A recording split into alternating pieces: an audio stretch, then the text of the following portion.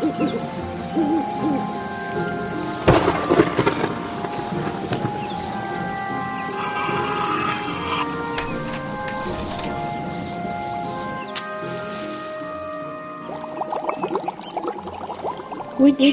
and Weird podcast. Hello, Witchy and Weird. I am here today with a special guest, Gabriela Rosales, a.k.a. the Stylist Witch.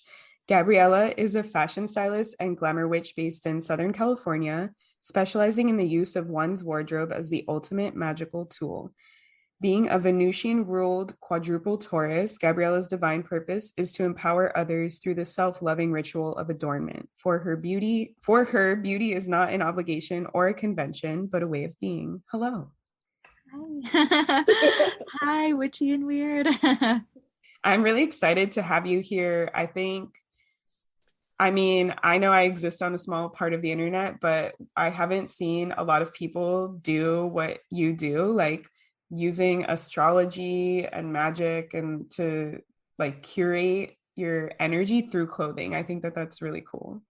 Thank you. Yeah, it's been a journey to get to where I'm at right now. Yeah, so I'm curious, like I know you in your bio, it's like you have this like huge Taurian energy. I want to know like how did you come to that point where you're like, this is my purpose? It's funny actually. The pandemic actually played a pretty significant role in that because before I which is like so funny because I've been interested in astrology for like at least a decade, and I only got my birth chart read for the first time like at the beginning of the pandemic. And so before that, I've always had a very natural interest in fashion and spirituality and all those things, but I kind of had a weird sense of guilt about it because I always want to like make the world a better place, and the fashion industry is so toxic. So like how do you work in the fashion industry in a way that is not adding to the toxicity of the world in an environmental way, but also in by way of like toxic narratives and beauty standards and things like that. So I had kind of been neglecting that for a very long time. And I've always been like obsessed with just aesthetics, like in every way, like clothes, home, food, I mean, like everything, all the details. And so after I got my birth chart read, it was just the reassurance that I needed that this is bigger and it can be helpful, and what I have to offer does have value. So yeah, it was just like a confirmation. And after that, I had already been working in fashion, but I just dove in so much deeper and with so much more confidence and purpose, because for the first time I was like, you know what, like this is my purpose. And like I always felt like if I wanted to change the world, I had to be like, a lawyer or like a social worker or some grand thing. And then after that, I was like, this has a much more kind of like grassroots effect where like you help people change like by one-on-one and individually, and it catalyzes a bigger movement. So yeah, that's kind of how it started with that. I kind of have the pandemic to thank for that. Weirdly.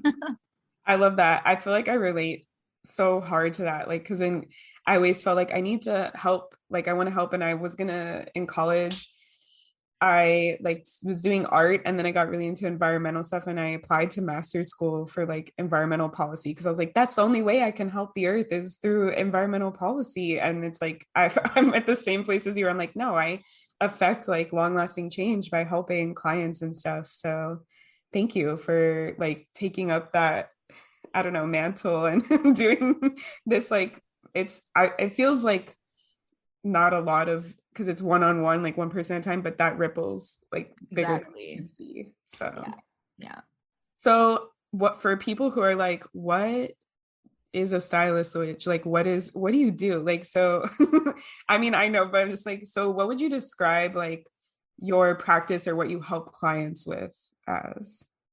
So I have developed a method that I call intuitive styling. And basically what that is personal styling for the most part, where I work one-on-one with clients and I use intuitive and divinatory tools like astrology, tarot, and color magic to help uncover your radiance and your authenticity, because a lot of the times we knowingly and unknowingly internalize a lot of societal narratives that are very, very toxic and really just diminish us and really take a lot of our power away. And so a lot of people don't really a lot of the times know like what their, not even what their style is, but like what their soul looks like, like what kind of aesthetic could like activate and amplify your uniqueness.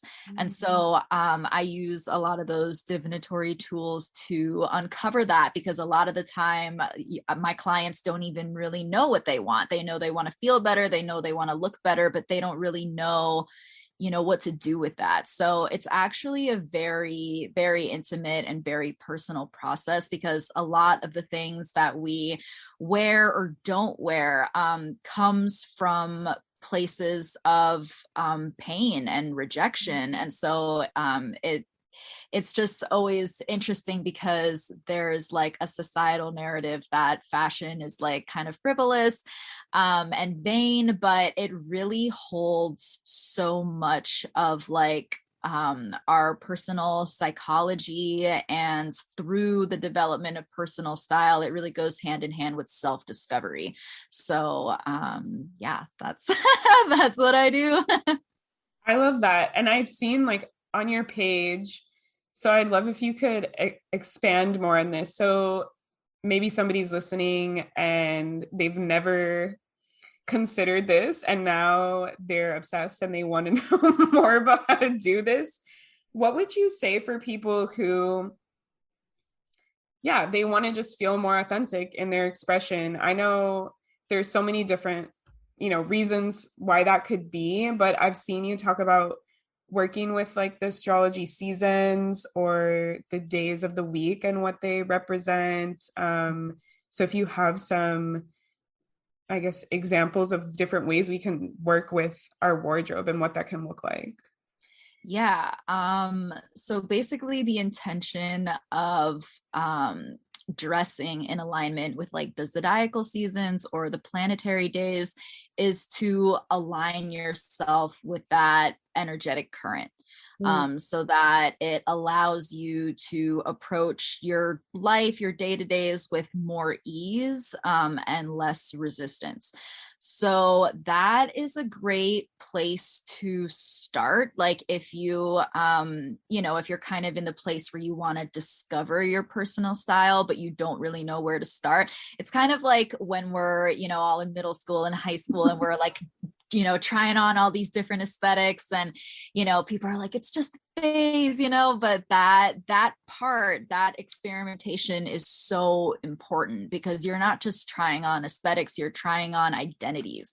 So when we experiment with alignment with the zodiacal seasons by way of like the color associations or just the characteristics and energy of the season too, it allows us to kind of try those energies on and like see what feels good, what works. And then if you want to really get into it and kind of like cross-reference your birth chart and stuff, like I really weirdly love Mondays. And like growing up, everybody hates Mondays because it's like the beginning of the week and, the Monday blues and all this stuff. And for me, I now love Mondays. And that was after discovering that the moon rules Mondays. I also, my moon is in Taurus and the moon is exalted in Taurus. Me, it's a super kind of slow and steady way to start the week where I'm not starting it so aggressively, which my whole life felt so off. And after I discovered these rulerships and associations, I was like, that makes sense, like why I was always so resistant to starting my Mondays so aggressively like that. So yeah, I feel like the zodiacal alignment and the planetary days are a great place to start. And then, going deeper into the specifics of your birth chart and things like that is kind of like the next step. So could you explain, expand more on the different days and what they're ruled by? And I know there's like color associations for each of them, and how maybe we can do what you're doing to love Mondays. Yeah, so I'll go through each day. Today is Monday, and Monday is ruled by the moon. So those color associations are lunar colors like white, silver, light blue, grays, lavenders. All of these colors they all have like different meanings and stuff, but the overarching theme is like calm and soothing and nurturing. So for example, today is Monday during Aries season. Aries color correspondence is red. You can see like my whole studio behind me has like all the red. So I'm wearing a set that has like white and red, and then my cozy sweater, and I'm just wearing like slippers and stuff because again, it's Monday. It's kind of like the easy, more like soothing kind of start to the week. And so after that, we have Tuesday, which is ruled by Mars, and Mars color associations are red, orange, and hot pink. And I don't know, when I was younger, I always felt like Tuesdays had the most like go-getter energy. And then after I found out it was ruled by Mars, I was like, well, there you go, and because we're currently in Aries season, like Tuesday is like a really great day to do like any kind of Aries like alignment work or rituals or anything like that. And then after that is Wednesday, which is ruled by Mercury. That color association is yellow or like shades of blue. I really like turquoise because I feel like blue is kind of like a stable color, but Mercury is so cerebral. So I feel like turquoise is kind of a more stimulating shade of blue for that. And like I said, yellow. And then there's Thursday, which is ruled by Jupiter. I've seen a lot of things that say that Jupiter is associated to the color blue.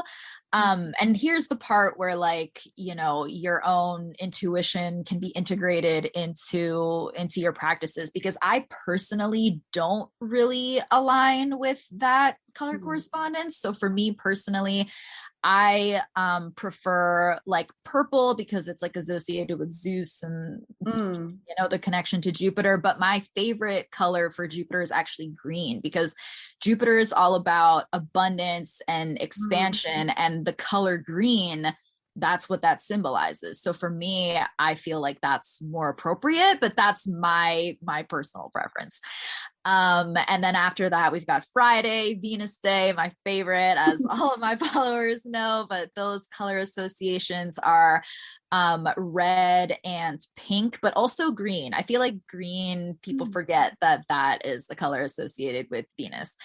And then Saturday, which is ruled by Saturn, those color associations are like black and gray, like browns, like kind of colors that kind of encourage like discipline, that disciplinary energy that Saturn has. And then Sunday, of course, by the name, is ruled by the sun. So that's like oranges and golds and ambers and things like that. I love that. So you talked about how your moon is in Taurus, and so that kind of goes with like the moon day. Would you recommend for people to work that way? Because I know like in regular witchcraft, they sometimes say do a spell on a certain day that corresponds to what you're wanting to do. But I've also heard some people saying, look at your chart ruler and do the spell based off of the day that your chart is ruled by, because that's what your personal energy, I guess, is stronger with. But I know that the days of the week don't always correspond to everybody's chart ruler because there's so many. So yeah, I'd just be curious. So if you're like, okay, I know the days of the week, who they're and what they're ruled by, and the color associations, how can I like start folding that into my personal chart and my practice. Yeah, I actually just did a workshop about this like 2 weeks ago. So for anybody listening, it's called Personal Planetary Potency, because yeah, like I've integrated the planetary days into my life. And I talk to a lot of people about this because I'm pretty vocal about the alignment that I have with the days of the week. But I've had some people tell me that, you know, for them, Mondays are like the day that they get the most stuff done, that they don't really take it easy on Mondays, but that feels right to them. Right. And so I had a friend who I was talking to about this, and she was like, Mondays are my most productive days. And I looked at her chart, and her moon is in Libra in the 3rd house, which is like ruled by Gemini. It's like very active, very social. And I was like, that makes sense, you know? And so that's the kind of next level. And that's where trying things by the days, you kind of see what feels right and then what doesn't. And like when something it doesn't feel aligned, that's when you can like cross-reference your birth chart and be like, maybe there's something here that, you know, is just not really working. And so yeah, like I definitely think that personalizing your approach to every day by integrating your personal placements is like super, it's just an effective way to really amplify you and your unique energy, because all of our energy is different and is activated by certain things. So it just, you know, once you start, it's like just a rabbit hole. Like it just is always going deeper. So Yeah, I feel like there's so much room for play and discovery. And I feel like you could even do that based off of if you want to amplify a specific placement in your chart and tap into that energy. That's really freaking awesome. Okay, another question I have. You talked about you do this thing where you look at people's closets and then you kind of read them based off of their closet. Um, and so I'm curious, you don't have to go through all 12 zodiac signs, obviously, but if you want to expand on like specific signs gravitate towards specific colors, because I think that could also be something people could explore too. yeah, so for anybody who doesn't know what she's talking about is Wardrobe Divination Wednesdays, where I get people to DM me pictures of their closet and I kind of read it.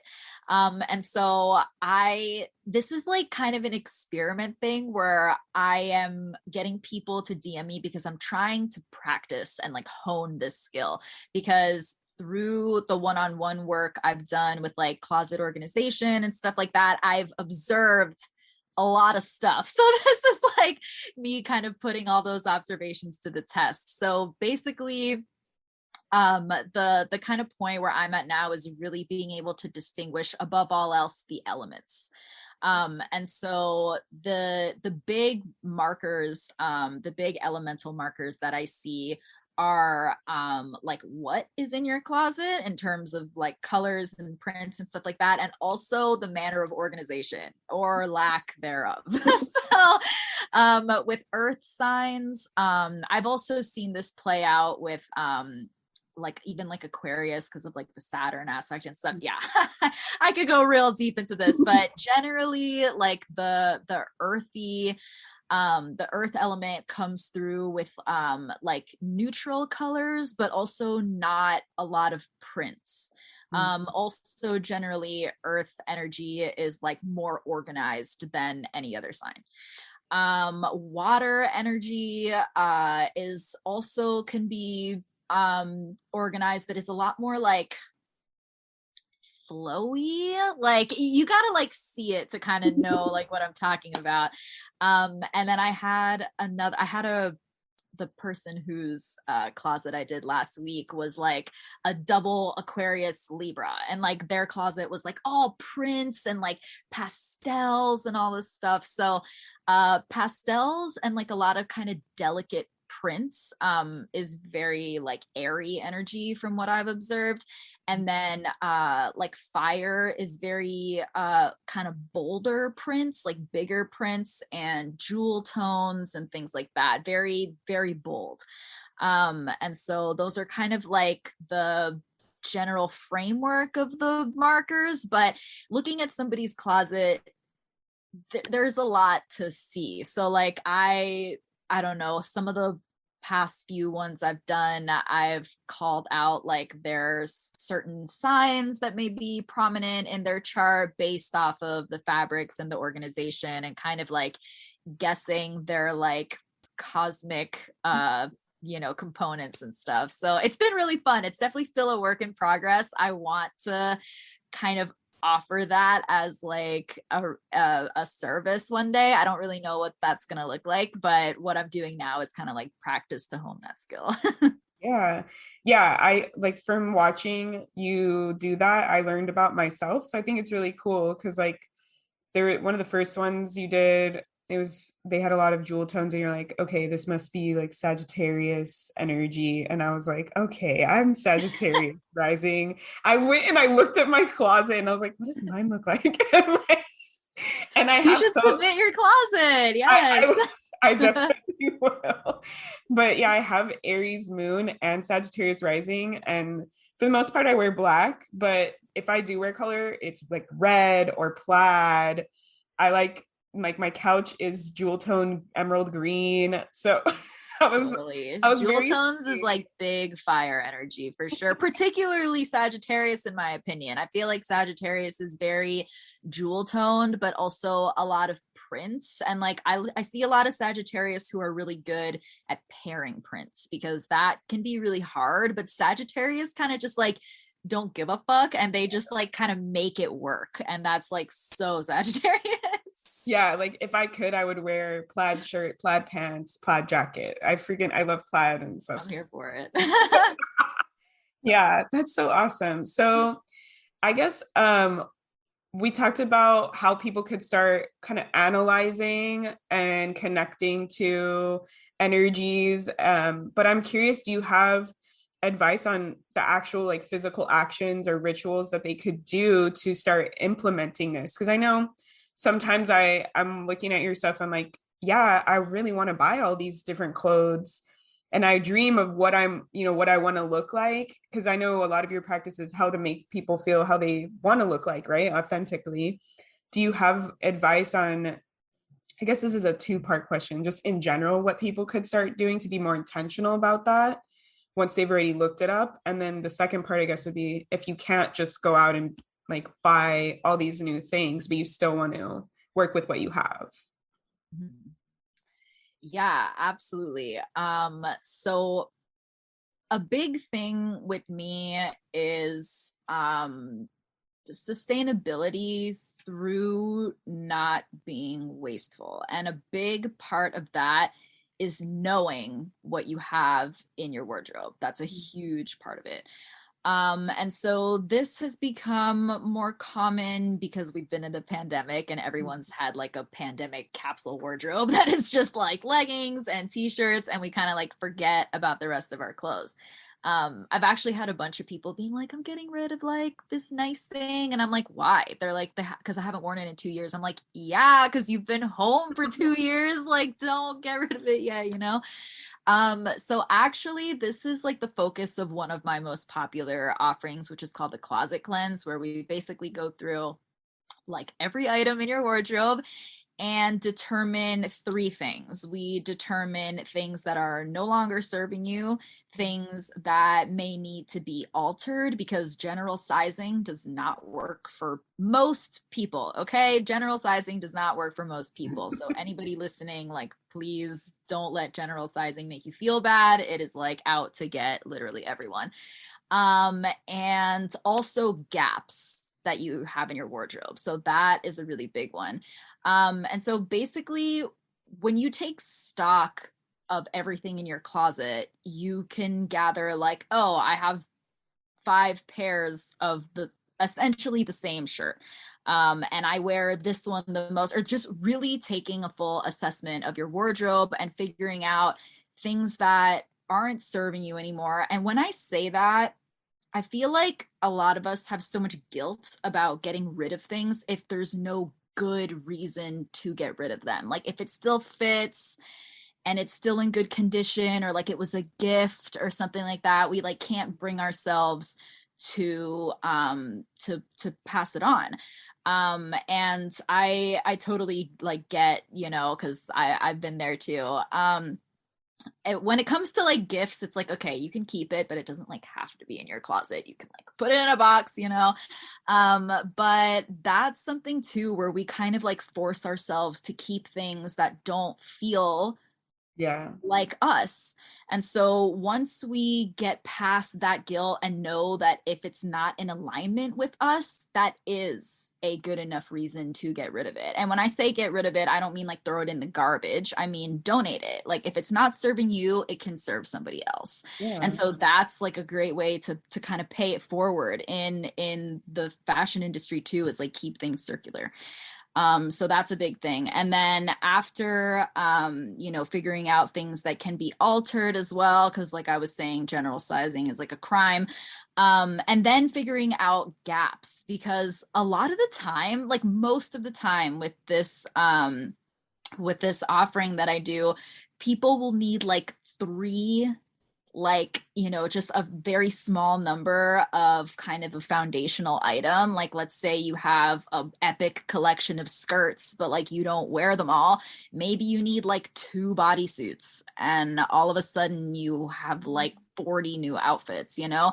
So having the awareness of what you have in your closet, so that not only so that you can make the most of it, but so that when you do shop, it's intentional and you know things that you may be missing or things that you already have, so that first of all, it's not wasteful, and that so you don't just like collect stuff that you're not gonna use and it's just taking up space. Because not only does it take up physical space, it takes up energetic space. So, you know, cleansing all of that and like physically moving things around, it does a lot. Like I feel like everybody has had an experience where they've cleaned their closet and they're like, oh my God, I feel like I, you know, like there's so much weight lifted. So that is a really big thing too. And then for experimentation, I always recommend thrifting. Like I feel like people kind of underestimate the potential of thrifting. But if you go in person to like Goodwill or like curated places, that's great. But there's also now so many secondhand websites like Poshmark and Depop. I know there's like 10,000 other ones. But that's really great too, because you get to experiment on a budget, but then also if something doesn't work, you like, you know, throw it back in rotation. Or then if something does work, then later on, if you choose to invest in an item that is similar to that of higher quality, it's not going to be wasteful because you've kind of put it through a trial run. So those are like my biggest biggest recommendations. Yeah. I really love that. I like the idea. I never thought about clothing as experimentation in the way that you're talking about it. I think there's always this pressure that's like, if I'm going to spend money, it better work for me, you know? And you're just like, spend money to find out what works for you. Exactly. Because then you can invest in those quality pieces. And, you know, once you're an adult and you know your sizes and like all that, you're really investing into the expression of your higher self. And like once you start dressing like that, it kind of has an ability to hold you accountable. Because like if you're dressed like the higher version of yourself, you're more likely to behave like the higher version of yourself that you're trying to align with, and not the other way around. Yeah, I got chills when you said that. Yeah, I agree. I think a lot of us too, we saw that trend where like, because of the pandemic, everybody was like, I'm staying home, so why do I need to get dressed? And I think after about like 6 months, I was like, I can't do this. I need to put on legitimate clothes. It feels weird to be in my pajamas all day, every day. Yeah, it definitely does change the energy on what you're wearing. So I'm curious about the magic aspect of it and how that folds in for you. I don't know if I'm phrasing the question right, but yeah, I think if there is magical stuff that people can start doing to like connect more, to like be with like their higher self and stuff with their wardrobe. Because I think for me, I don't know if it's like a cool ritual or something, I'm more likely to do it because I get used to, I put on this clothes every day, and then it's like you said, it fits. So whatever, it's not exactly what I want to look like, but you know, Yeah. and I think having that ritual that's like intention, put intention. So Yeah. So my favorite ritual that I do is actually one that I do after the closet cleanse, because basically after the closet cleanse, what you're left with is the things that you want and the things that feel right. And there's also a bit of organization that goes in there. So that ritual is all about consecrating your closet as a temple to yourself and to your own self-love. And then you become the altar and adorn yourself accordingly. Like just how you adorn an altar to a deity with so much care and reverence, like why is our vessel not do the same type of care and reverence? I also like with thrifting and stuff, that's where kind of like the energetic alchemy can come into play. So I really love like cleansing the clothes. I've done this on like stories and reels a couple times. So that's something that I will do where I'll like, you know, light some Palo Santo or like a rose, like incense or something, and clear the clothing of any energy that does not serve. You don't want to clear it of everything because that's kind of like the alchemical aspect. But and then imbuing it with self-love. And I love to do that in a kind of active sense too, where like and you can do this with clothing you already have too. Like for example, I taught a course in the fall called Perfect Style, and one of my students had this dress that she loved and looked really good on her, but she had bad memories attached to it because of a toxic ex. And so I encouraged her to wear the dress to a photo shoot that she was having, where the photo shoot is going to like, you know, capture, you know, the essence that you're trying to exude to the world and everything, and kind of reprogram that dress to release the stagnant and just toxic energy that was lingering in it and kind of redefine it energetically. So that's something that you can do with clothing you already have, as well as like vintage clothing and stuff like that, or just any, like I have like a red blazer that I don't wear often, but I wear it for certain, you know, boss bitch activities, so that it's kind of like imbued with that energy. yeah, this reminds me, like, I know clothing can be personal to us, but I just remember as a kid, my mom bought me this, it was like 101 Dalmatians. I think it was like a sweater with tights and a skirt, and they had them like embroidered. It was gray, and it was like the Dalmatians were like embroidered on it. And that was my favorite outfit. And every time like it got through the wash, I would wear it immediately. So that day I would wake up earlier and be like so excited to like put it on.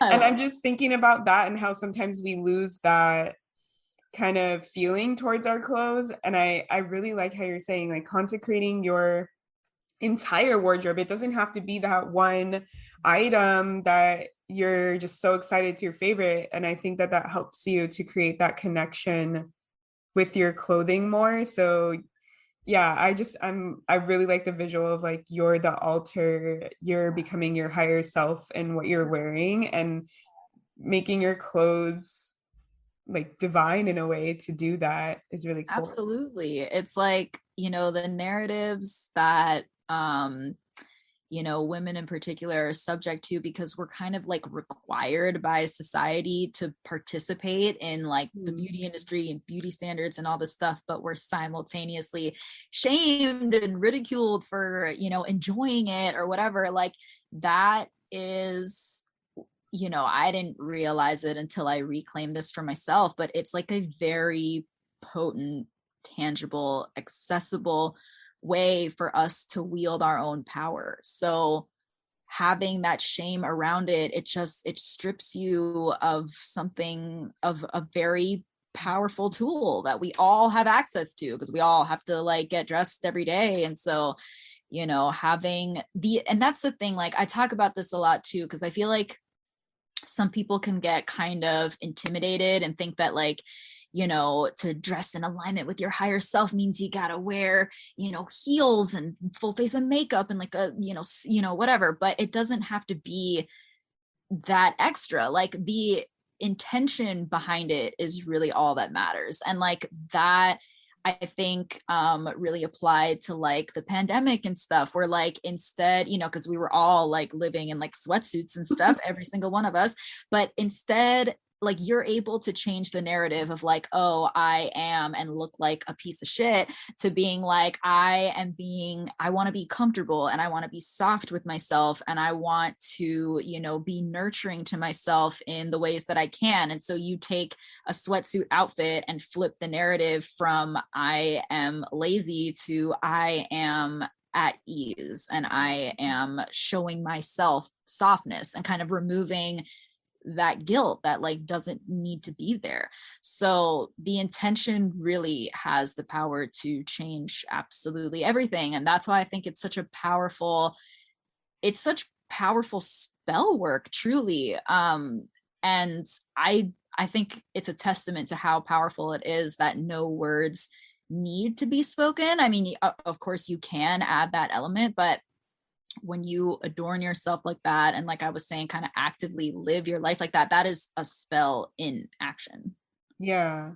I love that. I love the idea because you talked about association societally with certain types of clothes and giving yourself the power to recreate what you want to feel. I think maybe for people who feel overwhelmed, I don't know what clothes look good on me. I don't know what colors, just starting with that feeling.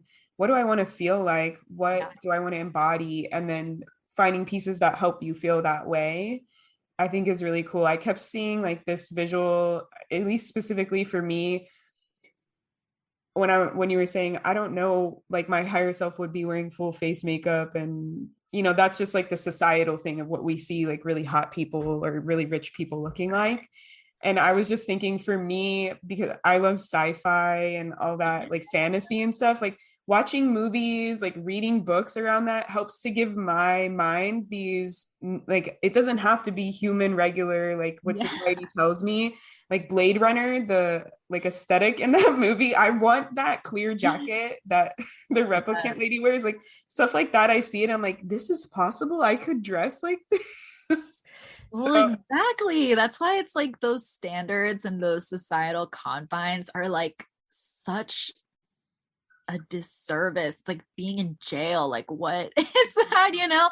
And like just having these, that's why I hate the term beauty standards so much. I'm like at war with that term, because what standards? Yeah. What? Like, that's crazy, you know? And especially now, you know, and I love seeing the kind of more experimental fashion that's happening in like high fashion and stuff too.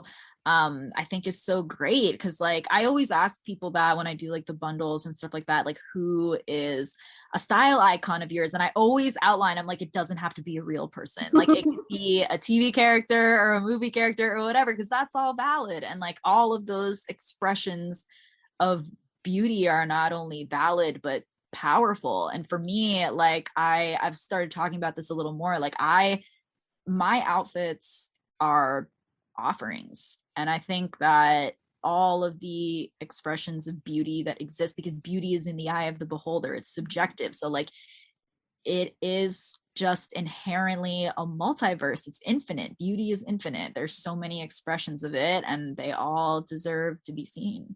Yeah. Yeah. I'm reminded. So I went to art school, and a big thing, it's one of the philosophies that they teach you, and I subscribe to it, but they say that truth is beauty. And then something I learned from spiritual is that love is the same frequency as truth. And so for me, in my head, I always see like that love equals truth equals beauty. And so, because I create products and things, and that's kind of, I approach it similar to your philosophy, that's I'm creating beauty in the world, and that can be healing for people, you know, or empowering, permission giving even for people. So I love that you're talking about that. Yeah, I love that too, because you know, what you're saying with truth, they're like your truth, when Exactly. you are actually expressing what that is. What in this whole world is more beautiful than that? Like literally nothing. So Yeah. Okay. So I wanted to ask you about color magic. I think that's also something that can give people a lot of ideas too. I know it's a large topic, so I want to ask, there's a few questions I want to ask about it.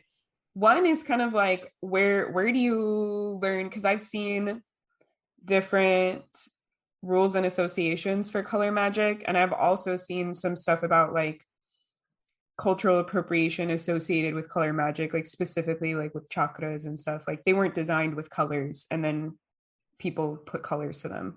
White people put colors to them. So I'm curious, like maybe if you have sources or things that you recommend for looking up color magic, or because I know you said it's personal, like even your Jupiter is like, I really vibe with this instead. So I yeah. know the intuition goes into it and what you vibe with, but yeah, I'd be curious. Honestly, it's been such a long journey, and I've accumulated so much like knowledge and learning from so many places that I can't really give you too many specifics, because that's kind of the thing. Like, you know, there are the basics that we're aware of, like, you know, red and yellow and blue, kind of like the primary type of colors, and you know, the colors of like the rainbow and stuff. But within that, there's so many shades, and like what those shades are integrated with, like whether, you know, lavender has like a white kind of undertone and certain greens have beige or gray undertone. Like it gets really detailed.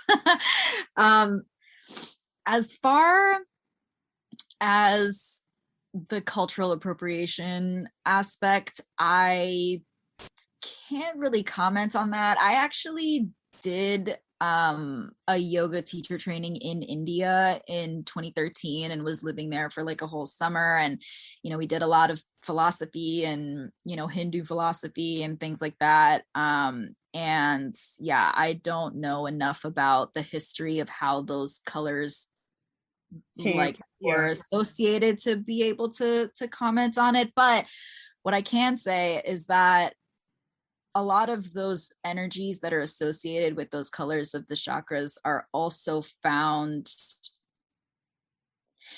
This is how I know that color magic is so intuitive and innate, is that across cultures, a lot of colors have been given the same meanings. And to me, it's like it's like a visual of a certain type of energy. And so I think the fact that across cultures and, you know, time periods and stuff, that there's a lot of consistencies just shows that this is it's very intuitive, like for all of like humanity pretty much. Of course, you know, there are colors that can be, I actually have a post coming up about this, because I used to be very colored by the color red because I'm Latina, and for a long time I was really trying to whitewash myself, like unknowingly at the time, and I like never wore red because it made me look more Latina, and I didn't want to do that. And then I kind of reclaimed it as I was like reclaiming the pride in my culture. There's a lot of, you know, color is a very significant part of the way we experience the world. And so yeah, you know, it is it is a very lengthy, deep subject that I could literally talk about forever. But you know, a lot of the like shades that I talk about, colors that aren't you know, like the traditional saturation and stuff, like pastels and things like that. There are, you know, there are color meanings that have been allocated through like history and stuff, but some of it is also intuitive as well. Like with the color palettes that I create, that's something where like I've seen some colors mean something else, but to me, I'm going off of what that color makes me feel. And allocating the meaning with that. I love that. Yeah, I feel like I'm just gonna point out like you did answer the question in a few different ways. So I'm gonna like put it at, like I like that you brought up like cultural colors, because I think like vibing with whatever your culture is, what colors they like to use a lot would be really cool. I'm similar, like I'm Jewish, and like white and blue is like associated with Judaism. So, and then I have blue eyes. So people would be like, oh my gosh. So I just, as a kid, I only wore like blue. And then at a certain point, I was like, I hate this. And then I stopped wearing blue. So I totally get how it's like, how it vibes with you and what it represents for you. I like that too, because then people don't have to look up a bunch of stuff and do a bunch of research. It's like, look at the colors and see how they make you feel. Like, I know full and well I never wear purple because it's my mom's favorite color and I don't have a good relationship with her. Like, that has nothing to do with what purple means, right? So I think like that is really cool. And like you said, just seeing what many people associate their color with kind of will probably vibe with what you already view the color as anyways. It's an interesting way to figure out the things that you need to confront, in a sense. And I see that a lot with clients too, where they're like, I don't wear this color and I don't wear this color. And it's like, is it because you don't like the color? Or is it because you don't like the memory associated to it or the energy associated to it? Like, a big example for me is like the color navy blue. I grew up in Bethesda, Maryland, like right outside of DC, and it's very like yuppie energy, and like I never connected with that. So like when I used to think of navy blue, I used to think of cops, I used to think of politicians, all of these positions of authority that I don't respect for the most part for a myriad of reasons. But then I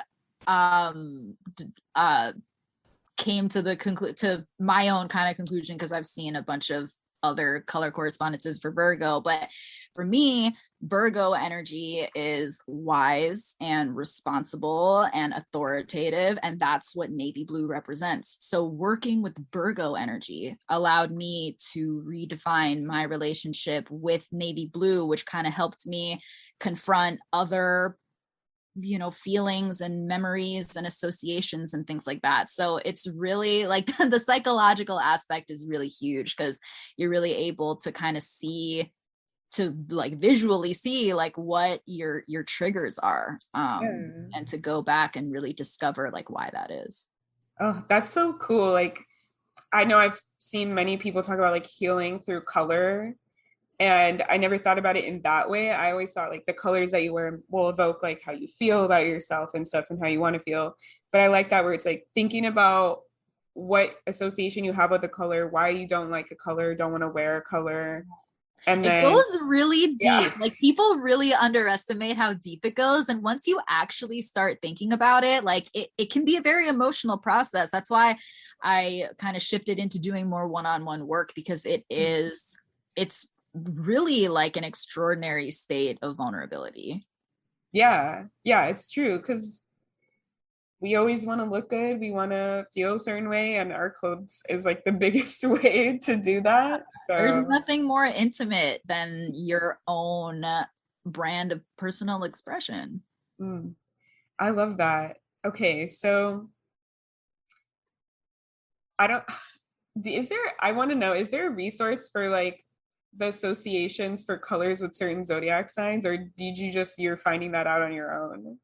So it's kind of, I've seen certain things, like I just said, like I kind of, for me, Virgo is associated with navy blue, but I've done a lot of research to see if this information is like even a thing, and I have found it associated with green, which I vibe with too. I mean, it's an earth sign, that's why I do palettes, because there's like the one main color for me, but it is more of like zodiac signs are so complex. Yeah. Like, people think it's like 12 personality types, but it's really so much more in depth than that. That's why I do palettes, because I think all of those colors represent energies that are in alignment with the sign. It's not just like, oh, this is Virgo and this is what I envision it as. It's that, but also the energetic signature and aspect to it.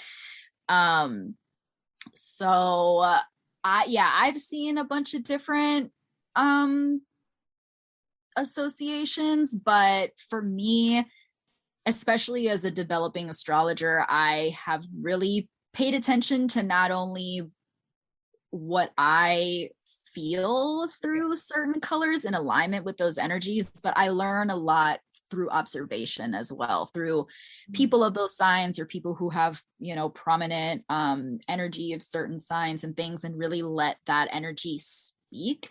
A good example I can give is like Aquarius is like an air sign, and air, the elements of air is associated with the color yellow. So I've seen Aquarius associated with yellow, but that didn't really resonate with me as I understand Aquarius.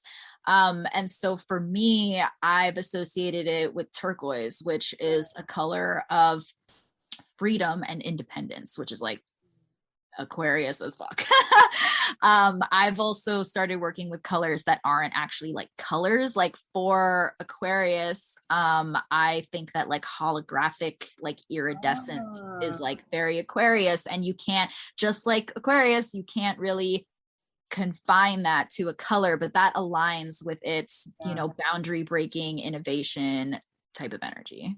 That totally makes sense. I love that. Because I was getting like, when you were talking about Aquarius, I was like, white, lavender. Lavender is in the color palette. Yeah, and like in the holographic stuff, like those are all the colors that you would like see in it anyways. So it's like, yeah, and it's like just that energy too. From what I've observed of Aquarius and stuff, it's just it's very unique. Yeah, that's really cool. So before like we close, what's like do you have any cool stories or favorite, things from what you found out in your observations and stuff, that you would want to share? Oh, where do I even start? So since we're in the Aquarius vein, I'll continue there. I would say out of all the zodiac signs, I think Aquarius was the hardest one for me to really understand. And that comes from a lot of the generalizations being very like, crunchy, hippie, alien, weirdo, like just all, like just really weird. And like my brother is an Aquarius, and so is my stepdad. And I was like, they are not like this at all. Like, what is going on here? And so they were actually kind of like my muses for being able to understand it so much more. Because they're both very particular to the point of being a little bit rigid in certain ways. Very, very particular about their, just like you can't tell them anything. And it is, weird, like people say with Aquarius, but it's so methodical. And so when I found out through studying more of the traditional planetary rulers that Saturn was the traditional planetary ruler for Aquarius, that was like the game changer, because I was like, that makes so much sense. Because my stepdad, for example, his birthday is January 21st. So I was like, maybe he's like a Capricorn, like he gives me a lot more Saturnian energy, but he is also the weirdest, like goofiest.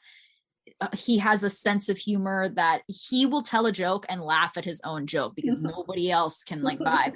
So I was really able to observe and understand that although Aquarius energy is very weird and distinct, that unlike the modern rulership of Uranus, that kind of leads us to believe that weirdness is kind of chaotic.